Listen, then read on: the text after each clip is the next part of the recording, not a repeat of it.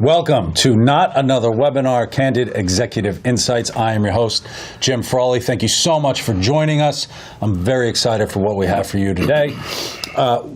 What I wanted to do with not another webinar, and if you watched the first episode, and I'll reference that in a minute, was I wanted to create something actually really good. There's so much noise, so much content out there. Everybody seems to have a theory and opinion on what's relevant and what's important for businesses, for individuals, but at that theory level, it really doesn't make much of a difference. So I wanted to go deeper, and as I was thinking about going deeper, I thought about who could I bring along, who are the experts that I could bring along to make something actually good, tangible, that people can learn from, and most certainly just not create another webinar. And that's where we are today. So our first episode, if you haven't seen it, we had the phenomenal Bess Friedman. She's the CEO of Brown Harris Stevens. She talked about the humanity of coming into the office and how that drives her decisions as an executive, as a CEO, as she's making decisions for the organization, and as things continue to change so quickly. So if you haven't checked that out, we'll put a link below this video as well. Go check it.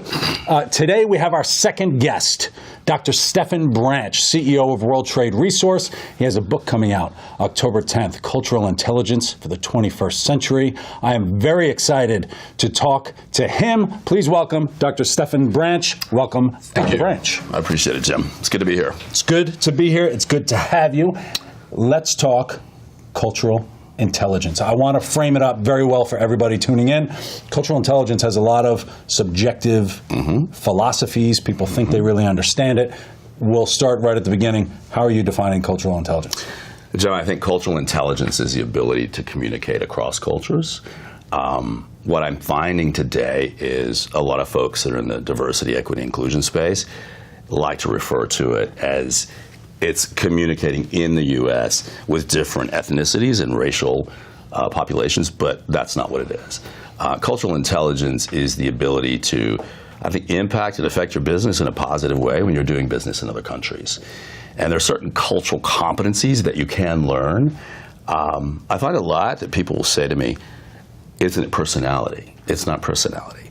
There are competencies. We're all different in the way we see things in the world. It's impacted by where you grew up, the country, the community, big town, small town, all of that has a huge impact on it. So the other thing is people think of it as a soft skill. It is not a soft skill. Years ago, I worked in the merger and acquisition space, and the amount of money that you can save in an organization by negotiating, by understanding cultural differences is enormous. I mean, it could be in the billions or it could be in the millions. And I'll say one last thing. It's funny because I worked a lot in China, and the Chinese will say to you, we love negotiating with Americans because we always win. And I say, why? And they say, because Americans hate silence, and we do. So a lot of times the Chinese will say, we don't talk, and the U.S. Americans think, oh, they don't like the deal, so let's change it. And they negotiate with themselves instead of knowing how to negotiate. So it's, it impacts everything. That's so there are many different angles I want to go on that. One, I wanted to hit it right at the front. Two middle-aged white guys talking about cultural intelligence. It's not diversity and inclusion. No. It's very different, and so it's good. We'll talk about the differentiators in a minute. But what I like, you're talking about the different perspectives. It's part of who we are. And one of my old favorite quotes that we reference quite a bit at Bellwether is, we don't see things as they are, we see things as we are. And so all of your experiences, your culture, how you were raised, your educational background, all of these things impact the way that you perceive something, which does have an impact on personality. It's part personality, but your personality, I guess, is reflective of the culture that you come from. So talk to me, diversity and inclusion versus cultural intelligence. There's a bit of a difference. Talk to me a little bit more about that, how cultural intelligence goes beyond just within the borders of the U.S. or different racial groups. It goes beyond borders. Talk to me a little bit about that. So I think a lot of times in the U.S., people do think of cultural intelligence as being diversity, equity, inclusion. And again, it isn't. So one of the things that I think is really important is, and that's why your organization is so important, look at how leadership development and cultural intelligence merge together, or should, to create better, great leaders. If you don't know how to, and I always say this, people on the inclusion side in the U.S. will say, we're a very inclusive organization. Okay. Do you understand what that looks like in another country? Do you know what respect looks like? Do you know what inclusivity looks like? And generally, no, they don't. So they take the U.S. sort of feel and look and try to apply into different countries. And it doesn't work. I mean, if you're working in Japan, even the way you develop leaders is very different than it is in the U.S. And people say to me, well, it's all the same. No, it isn't. Because if you look at, there are about 200 countries, 193 recognized by the United Nations, and then about 60 islands and jurisdictions. We all look at it differently. Our educational systems are different. The way we are taught to lead is different. So if you look at Japan as an example, they're very directive in their leadership. So what does that mean? And leaders will say, okay, why is that important? I'm working with a CEO for a top 50 company right now in Japan. And he said, I can't work with a team like this. What's the problem? They show up for the meetings, they answer my questions, but they don't debate. They don't challenge me, which is a very collaborative style that we're accustomed to in the US. But out of 190, 200 countries, there are probably 10 that are like the US. Only 10. And that's an interesting point, too, is the U.S. is a culture, right? The U.S. has a culture when you're looking across borders. And I'm going to ask you in a little bit, is globalization almost moving away? Are we moving away from globalization? But we've kind of come up on this globalizing, spreading the business across borders. Many people don't recognize the fact that people know that you're American, right? And there is an American culture, despite us being this melting pot of different groups and everybody can come here and all of that.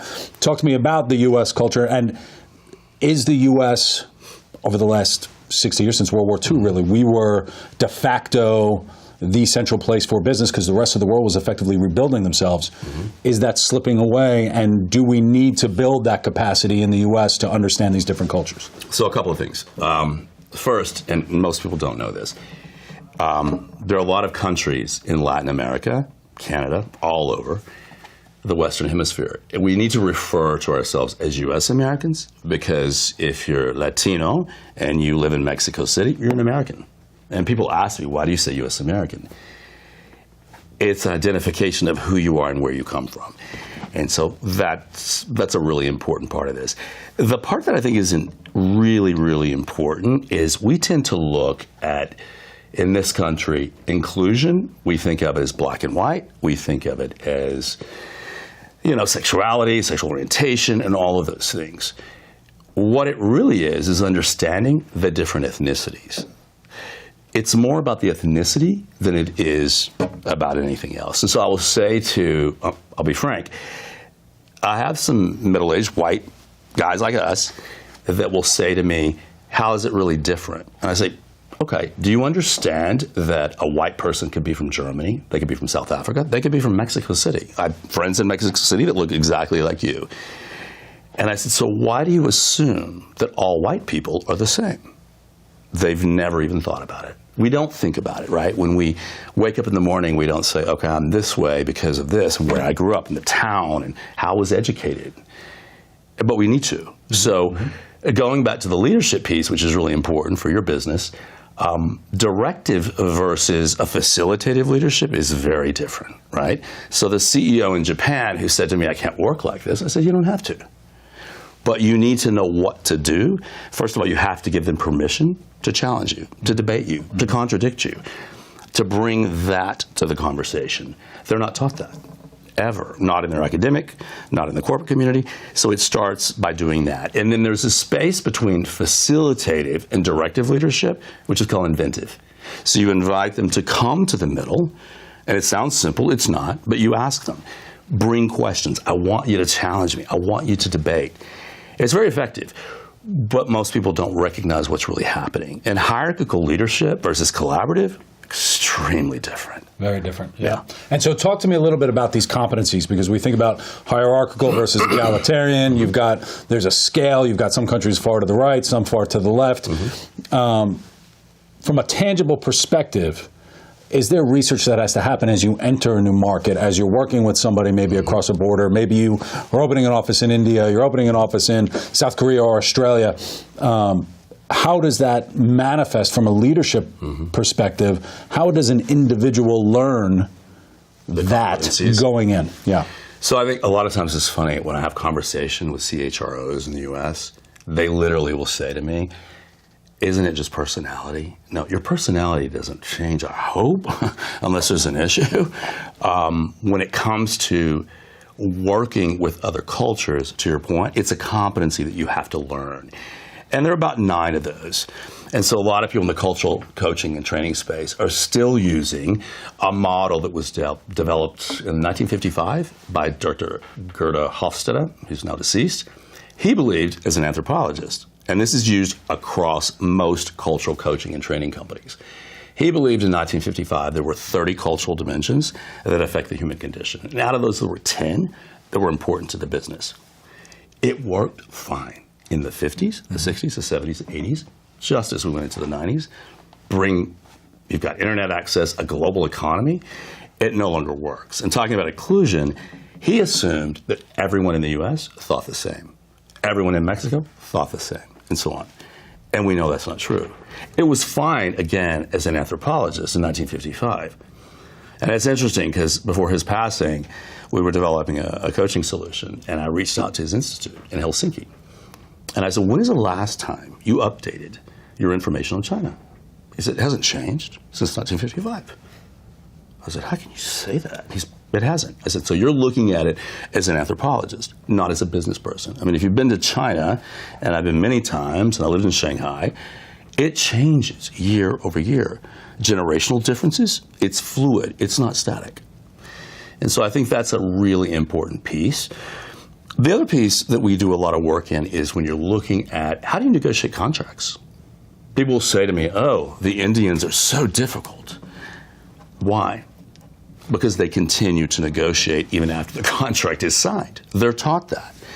And so, it's just a different style.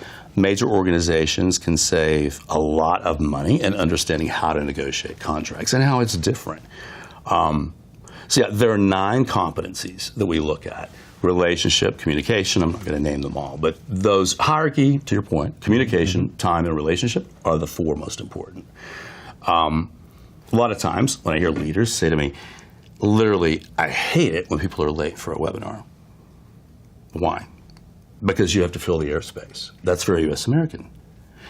And I say, do you recognize that people who are coming from high relationship cultures, like me, we see the value in that? Because I can spend 5 minutes or 3 while I'm waiting, getting to know you, and knowing more about you. So we don't see it as a waste. I have a CHRO I'm working with right now, and she asked me, the company said, we want you to shadow her to see what the challenges are, because she's having a lot of issues. So I was on a webinar hidden with her, and she had, 6 different people who were on there. High relationship cultures, France, Italy, Spain, most of Latin America and Asia. And I kid you not, 20 minutes into a 1-hour webinar, she's a New Yorker, and she said, if we can speed this up, I'll get back 30 minutes of my day, because I'm a high time to task person. So when we closed out the call, I said, why did you do that? That really speaks to me, and it's very good. Okay. Well, not good, but yes. Yeah, I said, why did you do that? And she said, what? I said, do you not know how offensive that was? She said, why? Because they're not high time. They're seeing that time as time to build a relationship, right? Mm-hmm. To enhance the relationship, not to just finish with a meeting.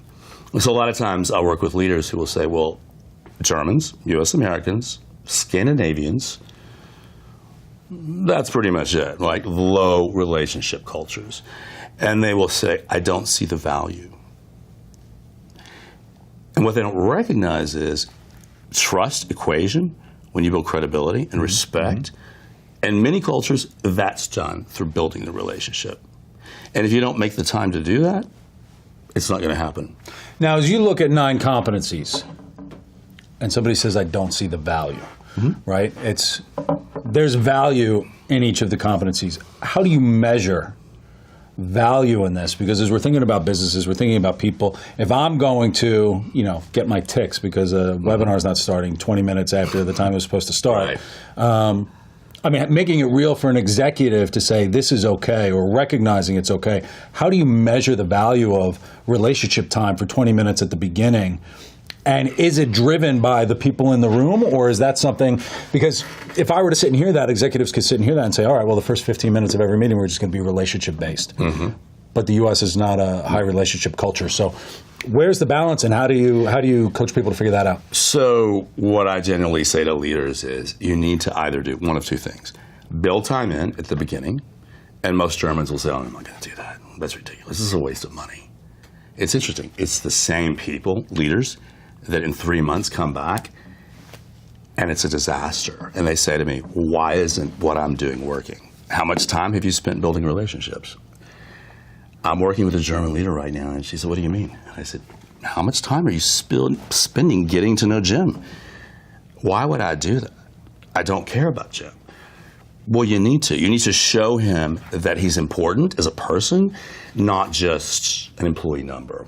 I'll give you one other example, and I won't name the company because they wouldn't be happy. Probably not a good idea. But it's a company that we all know, every single person on the planet.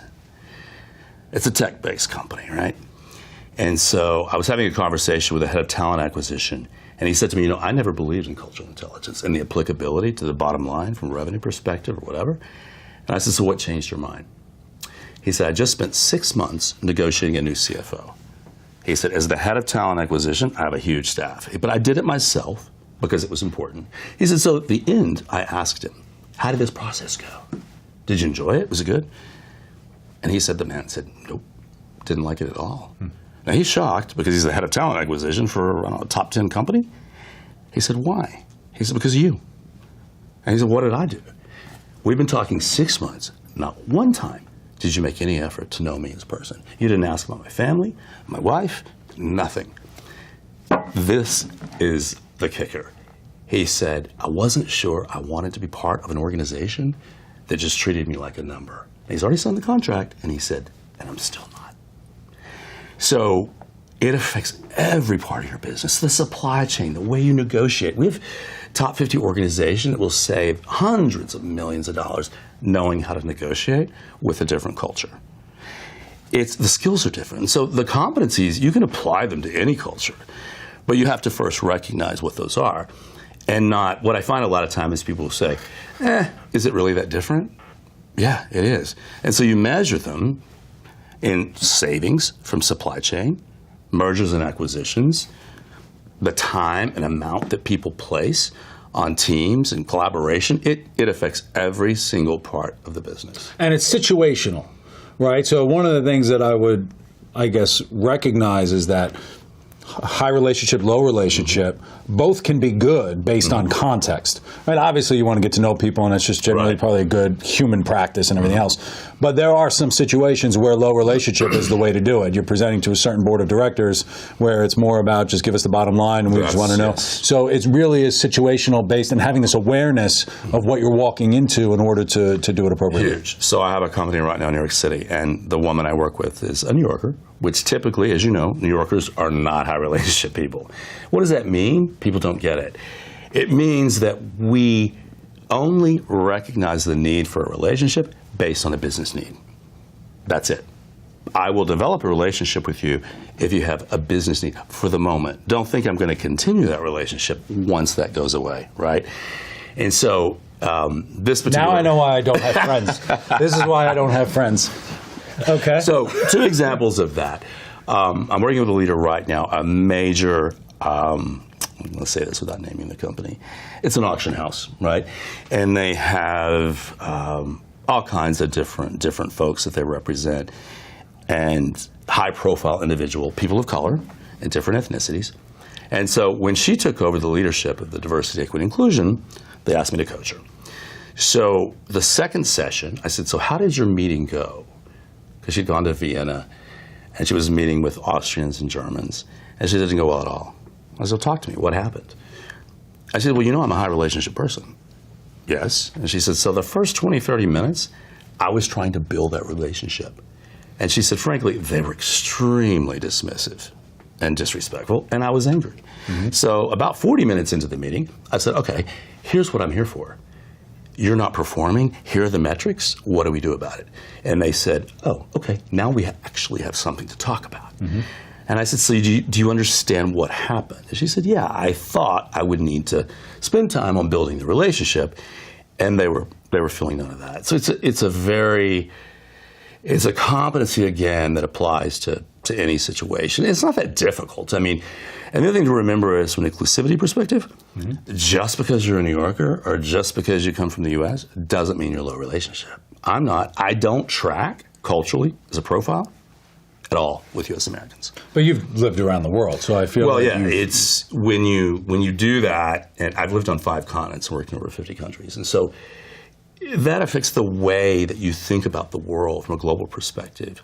We have a senior VP at a major pharma company, and he said to me, why am I not profiling as a U.S. American? I don't like that. I said, do you believe that all U.S. Americans think the same? Yeah, pretty much. Okay. Have you lived and worked in other countries? Yeah, China, the UK. I said, it's affected the way you think about business, your whole perspective. And it's a good thing, because frankly, high relationship people are generally better leaders. That's the best practice. And so again, out of 200 countries that are maybe 10 or less, they're low relationship. And that's why U.S. leaders are always challenged when they go abroad. They just don't see it. One of you here today is a client of ours, working with the head of legal. I was on a webinar with him and his team, and he said, he's a New Yorker, moved to another country in Europe, high relationship, and he said, frankly, I don't understand how you people have the time to spend on relationships. And I thought, okay, I'm not going to call you out on that. I didn't have to. One of his leaders said, because it's important. We put it on our calendars. We make time for it, right? For it to happen. The other thing that he said was, I asked my cab driver about what you said about time. And I said, what did I say? And low time cultures are generally high relationship. They spend more time on the relationship. So I asked him, and he told me that all the lazy people lived in Madrid. I said, wait a minute. Are you thinking there's a connection between the two? Well, yes. No.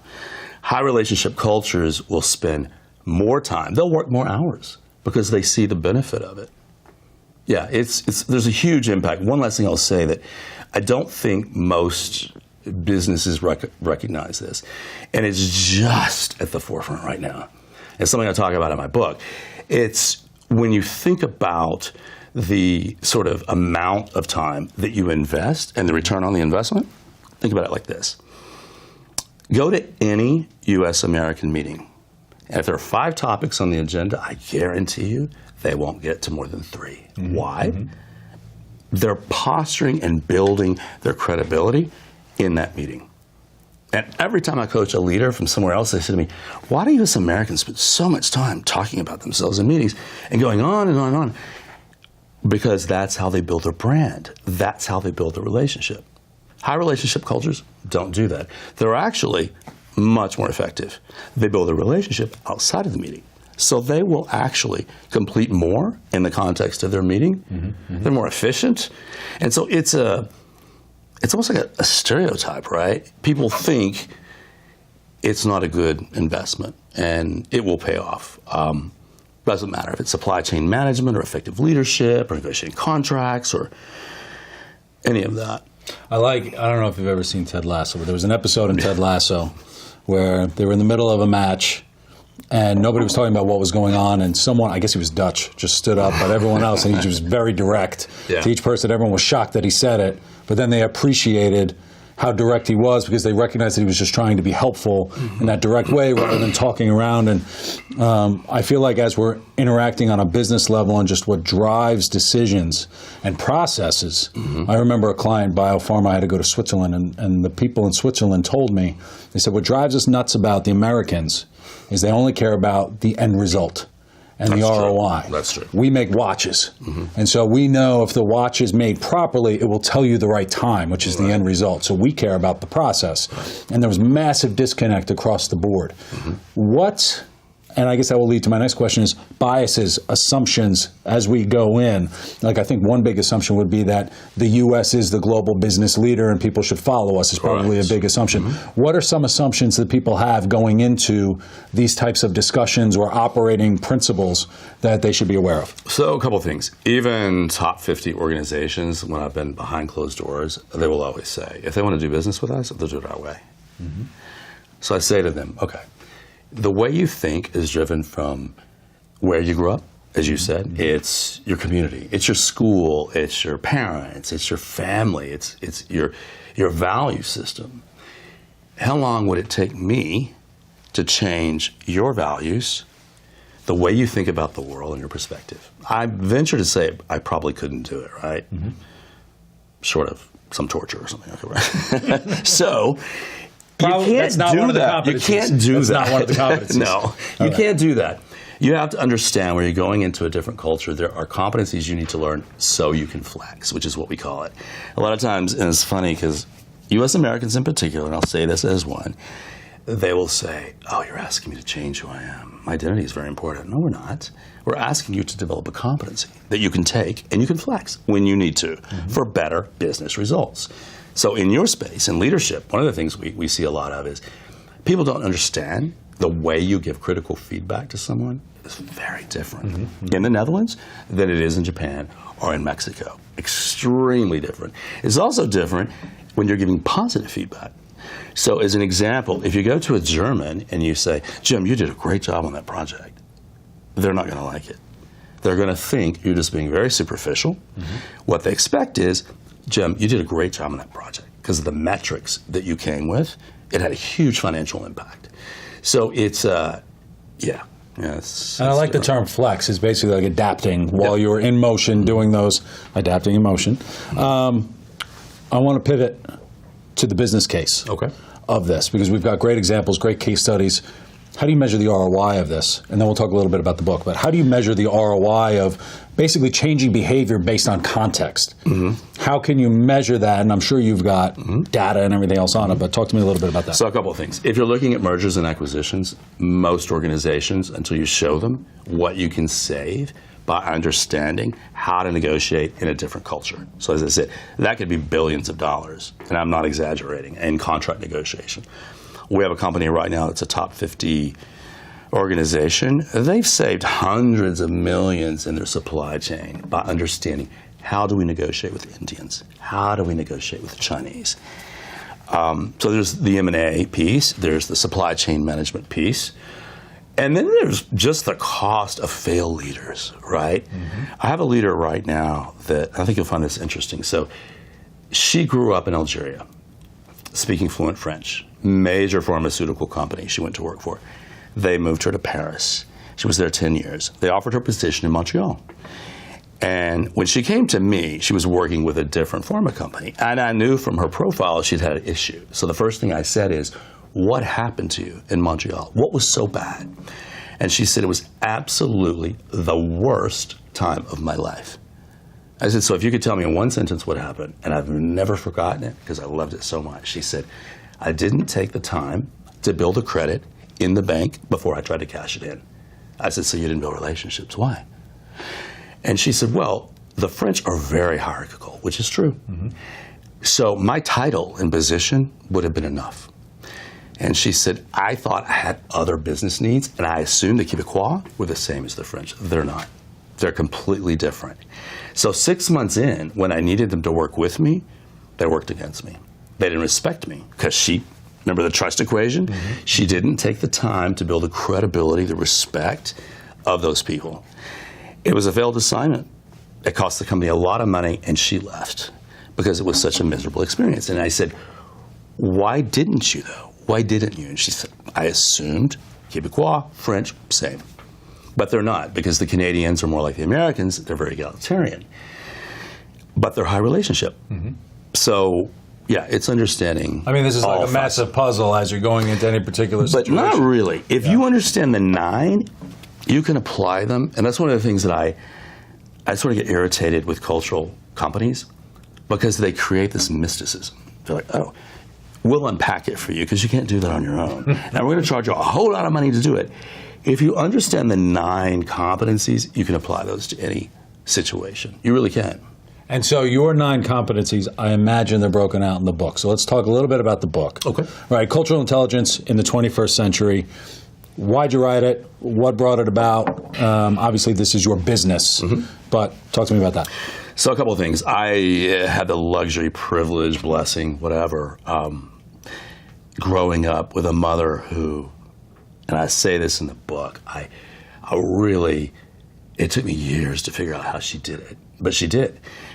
She brought me up to believe there's absolutely no difference in socioeconomic level, skin color, religion, and as a child, she kept teaching me differences in the Chinese and the Singaporeans and everything. So as I got older, I started looking at it. And when my son was born, I thought, what can we do in this country that creates more inclusivity? Because I'm going to be frank, there's so many. This country is split right now 50-50, right? And it's a taboo topic to even talk about diversity.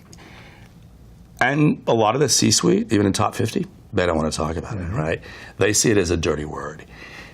And that's the truth. I think the problem has been we in the U.S. think about diversity as black and white. That's not what it is. It's ethnicity.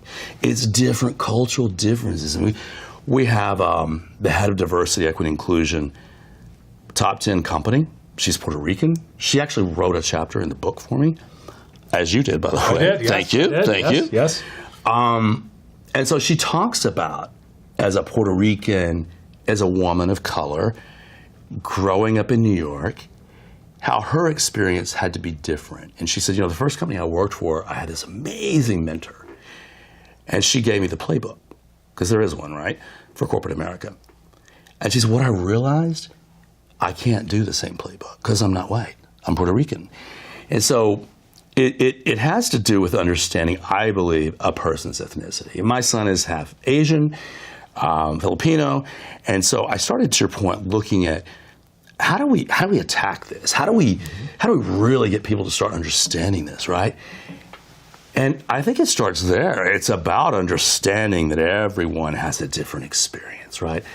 Our identities are different. It all relates back to the ethnicity and what we think is important. And my belief has always been, if you can start there, and my hope is, and we're doing a lot of pro bono work in the educational space, K through 12, and we've developed some really cool, I guess you would call them online solutions that cater to the K through 12.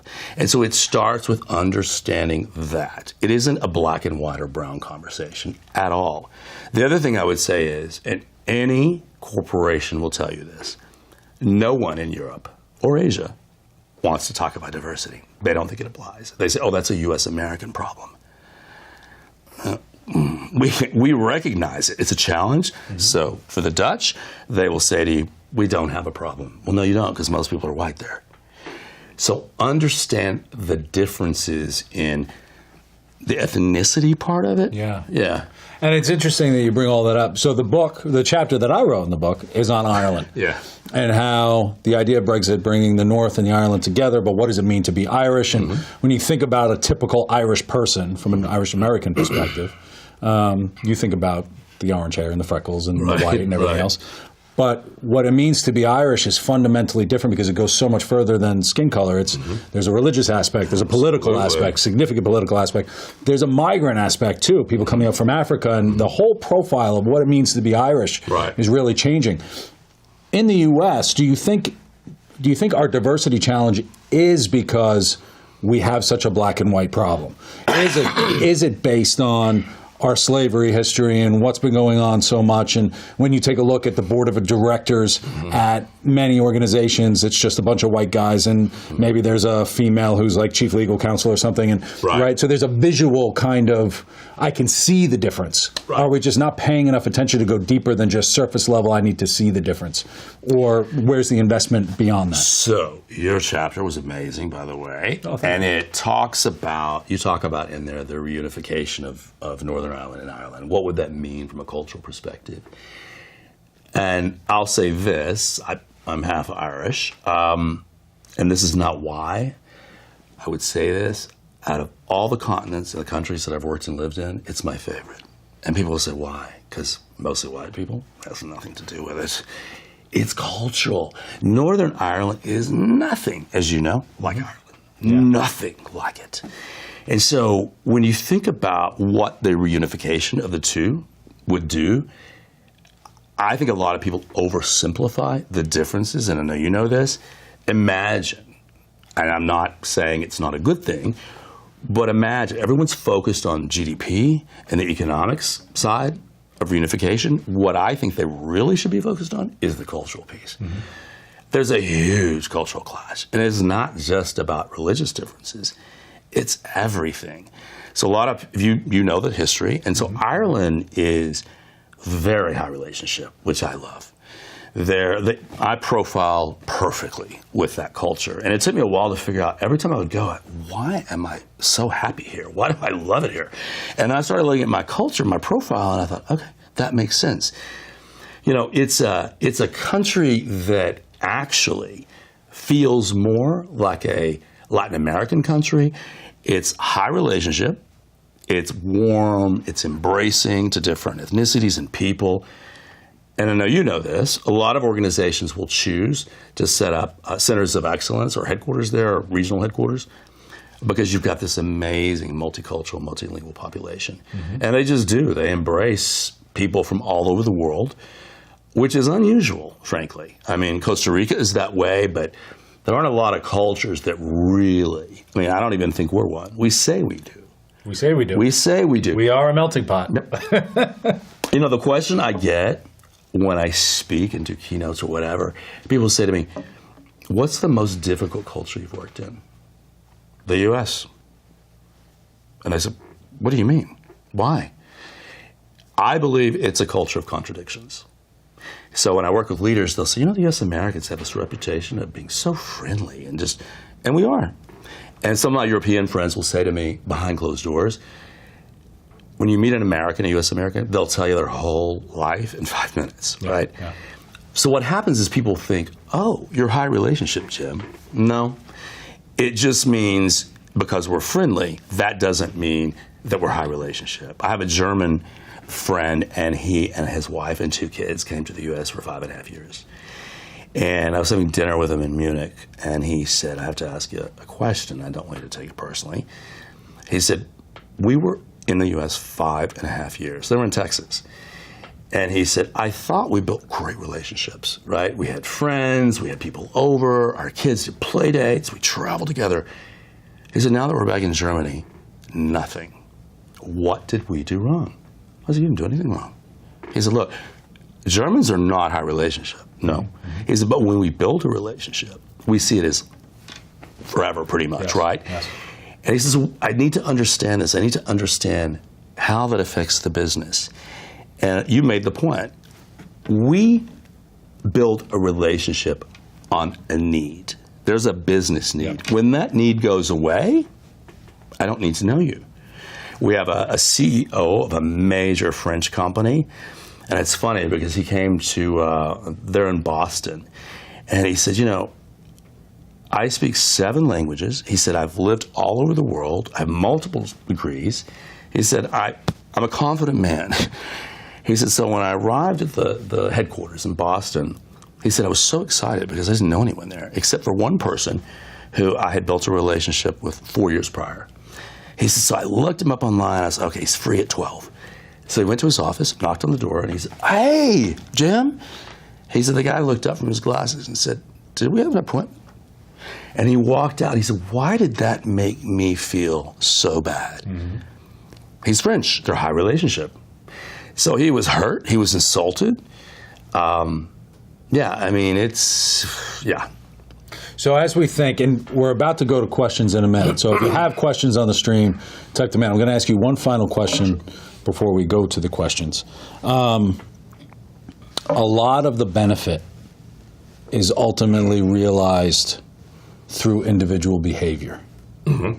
And so as an organization and as organizational leadership sits there and says, mm-hmm. this is an important investment in us, how do you manage that theory versus the reality of sitting in a contract negotiation, mm-hmm. putting together a sales deck for, say, Brazil versus Japan, Great right? example. How do you mm-hmm. get an individual to adopt this, and how does an individual see the benefit all the way down to the front line? Like, this is full vertical. This isn't just the CEO thinks this is important and now we have to do this. There's a benefit down at from the sales level, the HR level, the marketing level, all of these things. How do we change behaviors and get people to recognize the ROI? So a couple things. You and I both know that that's true. Most, even C-suite, they've never thought about it because they all think this is a soft skill. It's a warm and fuzzy. It's not, right? So when you look at performance and you look at any performance metrics, you will see that people who have certain competencies, and those are usually three things. They have empathy, and we all think we do, but we don't. The research shows, whether you're at McKinsey or anywhere else, it doesn't prove that out. What we see is as leaders go up, by the time they get to the C-suite, they have very little empathy. The second thing is a global mindset, and the third thing is they're thirsty for knowledge, right? This is kind of cheesy, but Rob Lowe made this comment a few years ago, and I thought, wow, okay. People asked him, how have you remained relevant at your age and your career? And he said, I've remained relevant because I'm interested in learning. And once you stop doing that, it changes everything, right? So I think those are the things that we look for in global leaders. It sounds easy, and I guarantee you almost every leader will tell you they have them, and they don't. They don't. They exhibit none of the signs.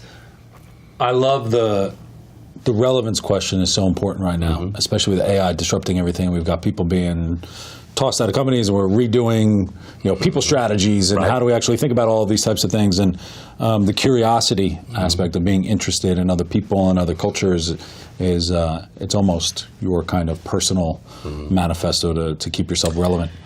Yeah, but I think that the key thing to take away, you ask about, like, how do you really measure it? You mentioned mergers and acquisitions, because you can look at savings. Performance and leadership, that's measurable. You have key performance indicators that you can see. The research shows that if you've got really good global leaders, and that's what we're big on, and you and I have talked about this, look at the coalescing, right, of what great leaders are. It's understanding inclusivity, it's understanding intercultural, and it's understanding those leadership capabilities and competencies. We have an organization right now that says to me, we have such a great U.S. leadership program. We don't need to know how other cultures do business. And she really believes that, because she will take those competencies and apply them to other cultures and countries. And they're failing, completely failing. And they don't understand it. I'm sure it's a great U.S. leadership program. That doesn't mean it's going to work anywhere else. And to your earlier point, we as U.S. Americans think we know the right way to do things, right? And we do a good job in this country, but as soon as you start trying to apply those, it doesn't work. So there's that lack of knowledge. One of the things, we also do a lot of work with universities. And there's this huge issue right now with major corporations. Major top 100 companies will say to me, we actually have people coming from the Ivies with an MBA, and they don't understand the first thing about doing business globally.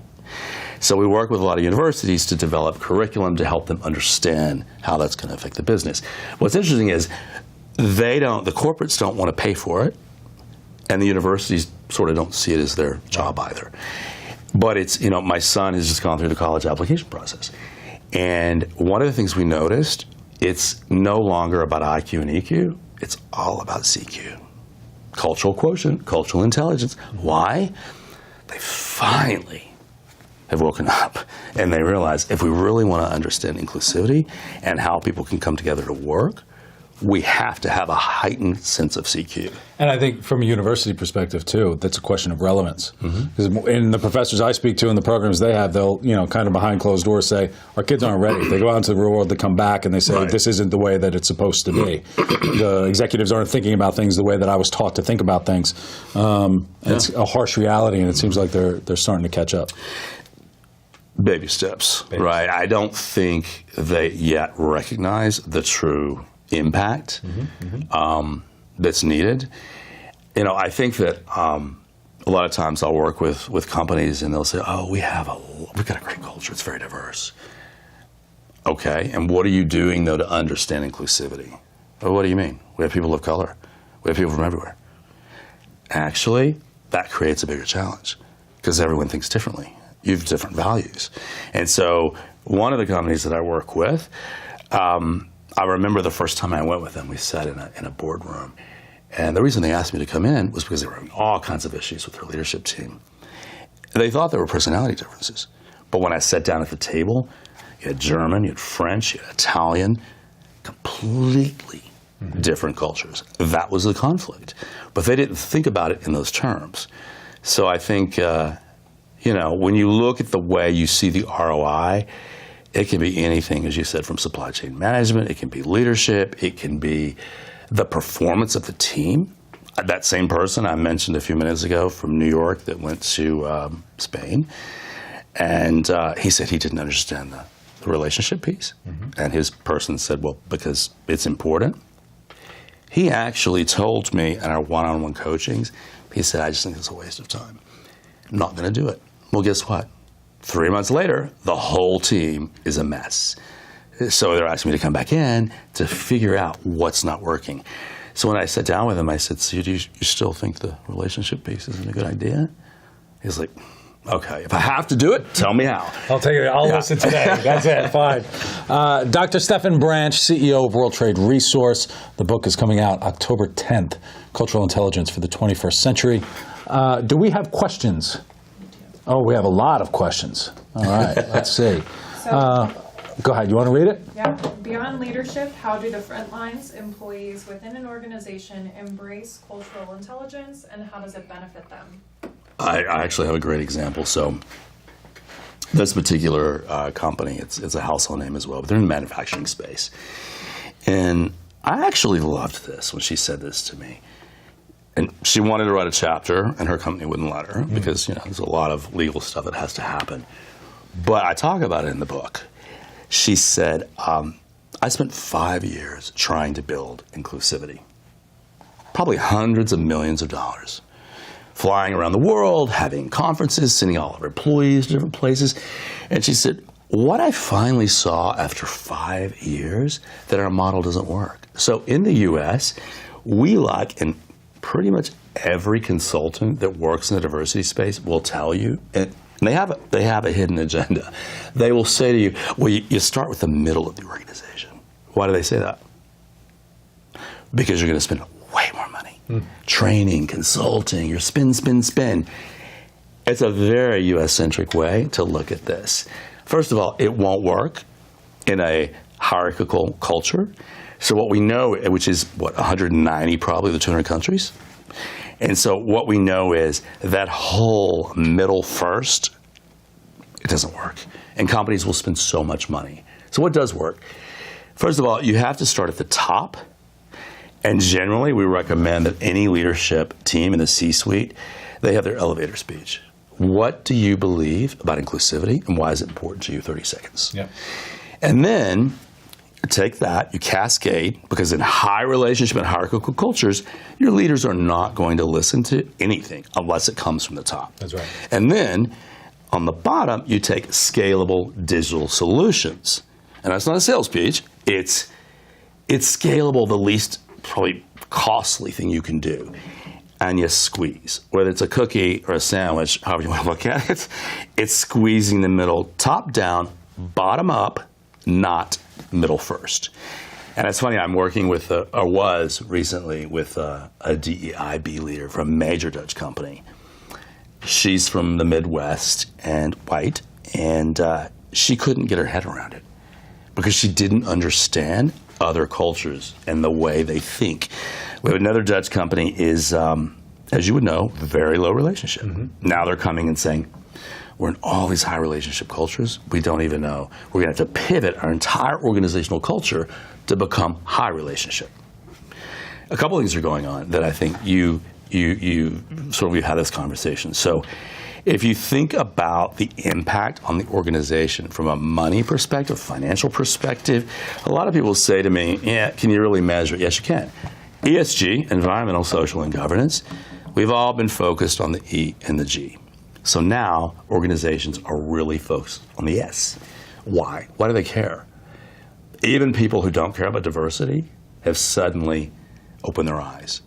I mean, I hear it all the time. They're like, I don't care about diversity, but what now I recognize in Europe and Asia is it has a significant impact on ESG.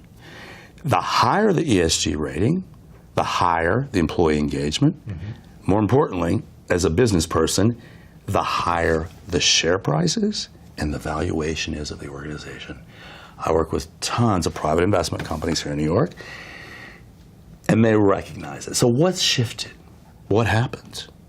It's simple. The millennials came and said, we want to invest in organizations that align with our personal philosophies, doing good things for the environment, being inclusive, and sound governance. And so when organizations say to me, and there's a lot of debate on this right now, right? You're seeing it now as the political cycle is coming up.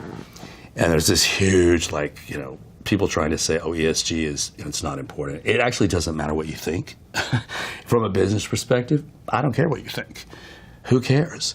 As a business person, if you're looking at higher share prices and higher valuation, what more do you need to know? I don't care what you think, right? And so that's very measurable. We use key performance indicators. We use all kinds of algorithms to track and look at how is that learning process evolving, and you can track that to the S in ESG directly. It hasn't worked with other organizations because you ask people about diversity, oh, well, we have all of these employee resource groups. Okay, that's great. How do you measure it? What do you mean? We have lots of different speakers. You're not measuring it. How do you measure the learning? And I actually had a 60-plus-year-old white woman recently, major company. She literally said to me, is this really important? I said, what do you mean? She said, well, do people really care? And I said, okay, have you looked at your ESG rating? Do you know why it's so pathetic? Right? Your employee engagement is low. Your valuation, no reason. So I think the key thing to know is, and I say this not because it's my own belief, coming from a family who has, lots of different ethnicities, Filipino, Irish, whatever, the valuation, the way people think about that, it's very different. A lot of people say, well, do I need to be concerned? Only if you care about profitability and your share prices and your employee engagement, do you? Yeah. But it's never been talked about until now. And I think the millennials were doing that. I like the sandwich metaphor too, right? It's an organization, culturally, whatever they want to do, it comes from what we prioritize. And I remember working with an executive in PR, and he looked at us and he said, I'm tired of saying the same thing over and over again. And my boss, he was getting ready for CNBC or something like that. My boss looked at him and said, not everybody's heard it yet. And it sounds like not everyone's heard the message yet, and they're still kind of catching along and getting there. They are. I mean, from a global perspective, any global organization, if they really know what they're doing, they will tell you. The Europeans don't want to talk about diversity, nor, as I said, do the Asians, because they will say they don't have the same issues. They're finally waking up and realizing you have a whole lot of issues that are more related to ethnicity than skin color. And so, again, you connect that with ESG, and there's a focus on it. I would say, unfortunately, you're probably looking at maybe the Fortune 100. We're not there yet. They just don't see it. And to your point, I'll go into behind closed doors meetings, and they'll say, I don't care. I don't want to talk about diversity. Do you care about the valuation of your company? Do you care about employee retention? Do you care about tracking any of this information so you can drive it? Well, yeah, of course. So even the most, how can I say this nicely, the middle-aged white guys sitting at the C-suite, even when they don't care, the business case, they do care. So I learned a long time ago, don't lead with a conversation about diversity. Right. It's going to get you nowhere. And I feel like many people just don't know how to defend it or talk about it, right? And they need those kinds of talking points. How many other questions do we have? Do we have a bunch?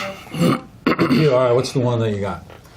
how will AI and new tech change the way we communicate with individuals and build relationships in the future? So the artificial intelligence, one of the things that I love about this is we have this digital solution that we created specifically. It measures the learning, it measures the behavior, and it ties it right back to a diagnostic report. So you literally can see on every area, and there are about 30 within diversity, equity, inclusion, how far has Jim gone in his learning, right? How is he progressing? How do we measure it? And so that's why I'm a big fan of digital. And a lot of people will say in the consulting space, you make more money in the consulting. Okay, if that's your only sort of reason for driving the revenue, okay. But when you've got a big company and you've got scalable digital solutions and you can measure the learning and you can track it, that's huge. I mean, it's, you look at everything from behaviors to the AI. We do a lot of pre and post assessment and measure the learning through KPIs. And we've worked with an organization like Pearson VUE that will come in and do pre and post assessment. I mean, it's pretty cool what you can do now, as you know, from an AI perspective. Okay. Final question. Do we have any? We'll do one more at the top, and then I'm going to ask you for a parting word of wisdom. How has remote work changed the way we negotiate and communicate with different cultures and within our own workplace? So I'm glad you asked that because pretty much every leader assumes, because we're virtual, that it's easier. It's not. It's way more difficult. And so with the virtual work, it's even more important. I will say to leaders, again, how do you build relationships? They'll say, well, it happens organically through the business. No, it doesn't. We just did this study where we looked at a high-profile leader who had 9 reports. It's interesting. The further away those people were from their leader, the lower their scores were for engagement and performance. The leader, right? Mm-hmm. And so it might be obvious to say this, but the farther away geographically and time zone, the lower the scores. In Boston, they said, oh, Jim's a fantastic leader because the leader's in Boston. So are you. You get to Dubai, Jim, I actually, no, he's not a good guy. Mm-hmm. Why? They felt disconnected. They didn't feel like they were part of the strategy, and they didn't feel like they were part of the conversation. So when we go into high-profile leaders, we'll say, one of the things that you really need to do, and you should consider, increasing your cadence of communication. And they'll say, oh, that's a lot of work. Actually, it's going to save you a lot of money, and you're creating that inclusivity. It's making people feel seen, heard, respected, and valued. And I know a lot of people are probably watching and saying, well, that all sounds like a bunch of soft stuff. Is it? I don't think so. Not when you look at the way it impacts the business. You know what's amazing is you've just ended on almost the exact same thing that Bess was talking about. Okay. In terms of people need to feel seen. Yeah, heard. Right? And people need to feel seen, they need to feel heard, and it's not just listening, but your people strategy across cultures and across all of these things, that's ultimately what, from a communication perspective and interaction perspective, interpersonal perspective, your people need to be seen. Well, I would say, people say, well, this is the way I look at it. If you don't know what respect looks like in a different culture, how are you supposed to do that, right? Yeah, how can you create that inclusivity? But the final thing I would say on cultural intelligence and the takeaway is, don't think about it as a soft skill. We're not talking about having a conversation specifically around diversity and equity. We're talking about something so much bigger in an organization that has such an enormous financial impact on the company. Yeah, it's all measurable. It's not a soft skill. It's and if people say to me, well, isn't this a passing thing? They really believe that. And it's here, whether you like it or not. And the impact on the business is so important. So, yeah. Brilliant.